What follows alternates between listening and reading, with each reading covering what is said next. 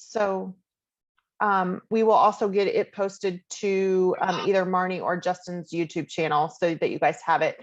We are going to be doing all-inclusive trainings next month also. I may switch up the slides depending on how it all goes. Would love some feedback if you guys have any, just so that we can continue to improve and get everybody all the questions and answers that they need. I am going to leave open the chat box so you guys can type in questions that you have. I'll probably check it every once in a while and then answer questions at the end. So all-inclusive 102, we're going to take a deeper dive into what all-inclusive means. There's actually inclusive, all-inclusive, and ultra-inclusive. So that's kind of how the umbrella, when you hear somebody talk about all-inclusive properties, it's kind of broken out into 3 different sections under one big umbrella. So we have inclusive. What does that mean, and how do I qualify my clients for an inclusive property, and what is the best value for my client? So inclusive means that some things are included in their vacation, but not everything. So maybe breakfast is included with a certain amount of, 2 alcoholic drinks per day. Maybe it means that dinner is included and that's the only meal that's included. Maybe it means that breakfast is included with some non-motorized water sports. So it can mean a whole lot of different things. And it's our responsibility as travel advisors to make sure we research that for our clients and figure out exactly what's included with what resort they're looking at. How do I qualify my clients for an inclusive property? The biggest thing on this one is a lot of people will say, well, I'm not a drinker. I don't want to pay for an all-inclusive property that maybe the alcoholic drinks are included because I'm not going to have that. So that's one way. If you have a client that you start talking to and they tell you that, maybe an inclusive property is best for them. But also remember that all drinks are included, even non-alcoholic drinks, with all inclusive. So, it's a weigh it out and figure out for your clients what it's the best value. And that kind of falls into what we're talking about for the best value. If they don't want to pay the high price for all inclusive or, inclusive, maybe going what they call an EP plan, which is the European plan where nothing is included, maybe that's the way to go for them. But that is our responsibility. And I'll stress this over and over and over again. It's our responsibility as travel advisors to really talk with our clients and get to know them and figure out what is the best value for them. So going to an all-inclusive means usually all your food, all your drinks, all your sometimes non-motorized water sports for the majority of the time. Taxes and tips are included. So this is a good way, and we talk about this a lot in 101. This is a great way to get one bulk price for your clients so that they don't have to sit and figure out, how much am I going to owe, every meal for a tip? How much am I going to owe for that extra, if I want to have 2 drinks with dinner instead of just 1 glass of wine, how much am I going to owe for that extra glass of wine? They don't have to figure that all in. It's much less stress for them. They can come up with one price and they're done. We've done it. My husband and I have done it. I have clients that do tip on top of, and it's very well received. It's very appreciated in, the countries that do all inclusives. Some resorts absolutely forbid you from tipping. So Sandals is one of them. They do not allow you to tip their staff. It's frowned upon. Some resorts, which we've been to a couple, they'll say, please don't tip our staff. We don't want you to do that. They work for their money and we pay them well. You'll see people kind of slip them a little handshake with maybe a $5 bill wrapped up in it. So that's kind of common. And of course that worker is not going to tell on you. They're going to accept that very happily because that's a big thing for them. Being the best value for an all-inclusive, you'll kind of see in the picture, this is breakfast, but this is very common at a lot of resorts. You can get as much as you want. You can get as little as you want. And the bonus here is if you have somebody that wants to go and try a new restaurant at dinner, say they don't like it. You know, they go to the Asian grill or the Japanese steakhouse and they decide, yeah, that wasn't my deal. They can walk right down the hallway or right down the pathway to the buffet and get a whole nother meal and never pay for it. So the value in an all-inclusive is extensive when it comes to people realizing what their vacation budget is. They don't have to factor in food. They don't have to factor in the tips if they don't want to tip additionally. They don't have to factor in entertainment value because you have the non-motorized water sports. You have the the nightly entertainment at the resort. So it's all included there. But once again, it's our responsibility to find out exactly what that means with each resort. And we're going to talk a little bit later in a couple slides, some of the resorts that are all inclusive, some that are inclusive, and some that are what we're going to call ultra inclusive. So this picture is my absolute favorite. I have it saved on my computer. This is Couples Negril. One of my favorite ultra inclusive properties. There's 4 properties. They're only in Jamaica. They are a huge honeymoon destination. They have a great agent program that we'll talk about here at the end. Not very small, but smaller resorts, not mega resorts with thousands of rooms. But a great vibe there. A little bit quieter. They don't have a whole lot of party atmosphere, but it's great for honeymooners. Ultra inclusive means that there's more included than the standard, of course, all inclusive. So ultra inclusive leads you to believe a higher budget, which is absolutely true. Usually ultra inclusives rank on the higher end of a client's budget.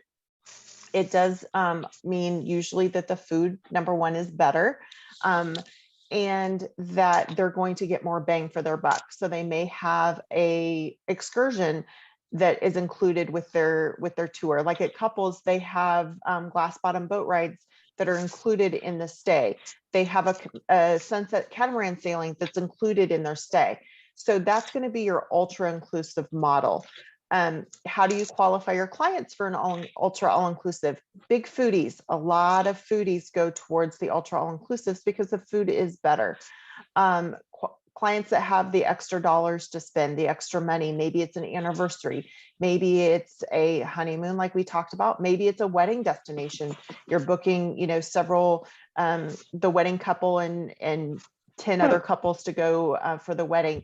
So ultra inclusive is a big, usually 99% of the time, a little bit higher dollar amount, but well worth it because they are getting the value in that.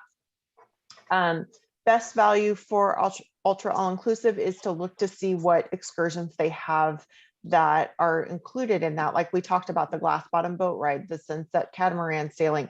A lot of times if you price those on their own, they can be up to $100 or up per person sometimes for that value. So that's extra added in value. Sometimes ultra all-inclusives include maybe a spa treatment, which we all know at a resorts can be pretty pricey. So it really just depends on what your client's looking for. If they're looking, for no kids, a lot of adults only are considered ultra all-inclusive because they're kind of that higher end. So a couple that I pulled off of the internet just by searching. So inclusive properties, there's the Emerald Beach Resort in St. Thomas. We would consider that an inclusive only property. You get a $50 credit at the hotel that you can spend towards whatever you want. Non-motorized water sports are included in the price of the room, and they do have a complimentary shuttle to and from the airport along with to and from town. So for me, that's considered an inclusive property because they do have some things that are included in that. Now they're not getting meals included, so it wouldn't fall under an all-inclusive because it's not including everything within their vacation. It is going to require tipping, but they do have some extra added values in this with the non-motorized water sports, so say kayaks or boogie boards or something like that, and they get the complimentary shuttle, so they're not having to pay for that. They're not having to get a taxi to go into town to go shopping or to a different restaurant or something like that. The La Palma Lodge, which is what the picture is of in Costa Rica, the meals here are included, but the drinks are not. So it's still an inclusive property because they are getting a value for their money, but they are not, it's not considered all inclusive in the fact that not everything falls under the umbrella. And then non-motorized water sports are also included in that. So this is probably the more difficult one to kind of qualify your clients with, because it really just depends on what they're looking for. You know, maybe they want to go out and try the local restaurants and the local eateries. Then maybe an all-inclusive is not what you want to put them in, because then they're going to feel like they're wasting money and they paid for something that they're not using. The inclusive properties, like what we just spoke of, gives them the chance to go and feel the local culture. It gets them the chance to go in and, you know, find that exact resort that they're looking for. A lot of times inclusive properties are your more boutique properties, so they get the smaller feel. And a lot of times they can also be a more luxurious property, but they're going to pay out the money, you know, pay out of pocket for that also. All-inclusive samples, super easy. This is my go-to on what I sell. Been in the business a long time, and it's kind of became my specialty, just because it is easy. Once the client books it, they come back, and we always joke.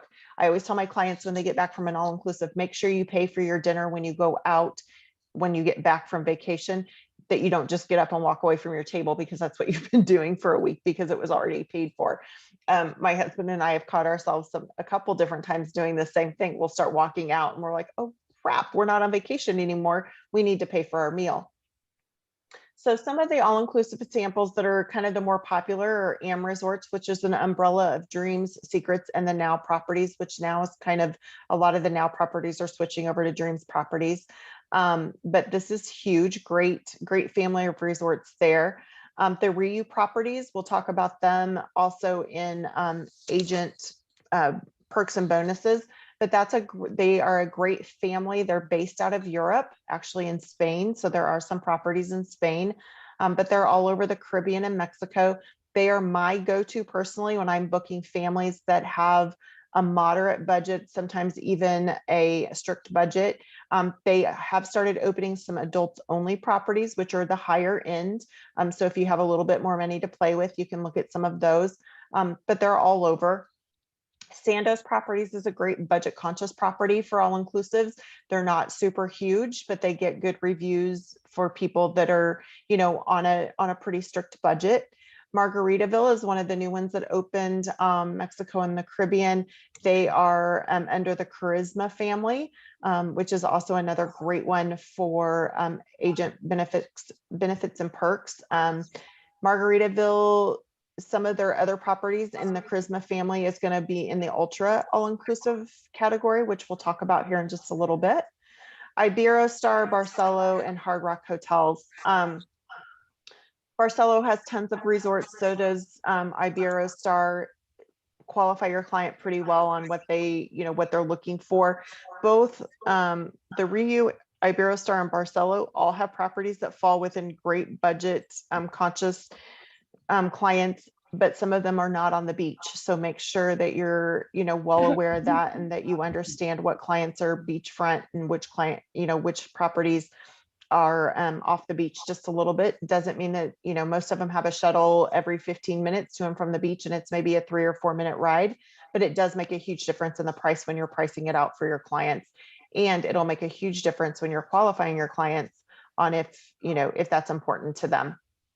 Hard Rock Hotels, we all know about those. They kind of speak for themselves. They usually do have an adults only section within the hotel.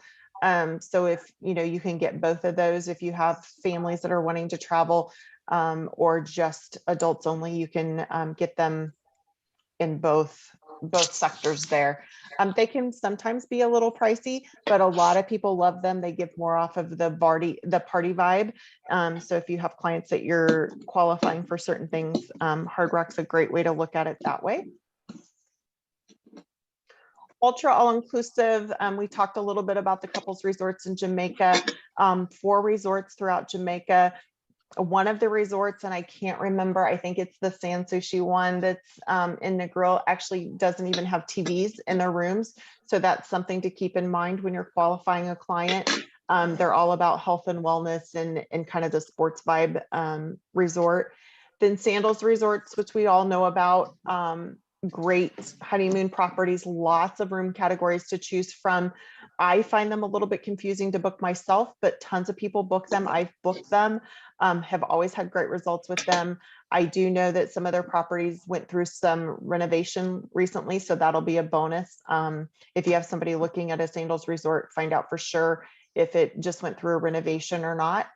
Unico 2087, which is a newer resort down in Playa del Carmen area, Riviera Maya section south of Cancun. Extremely high end, great room categories, big push towards adults only, and kind of that higher end client.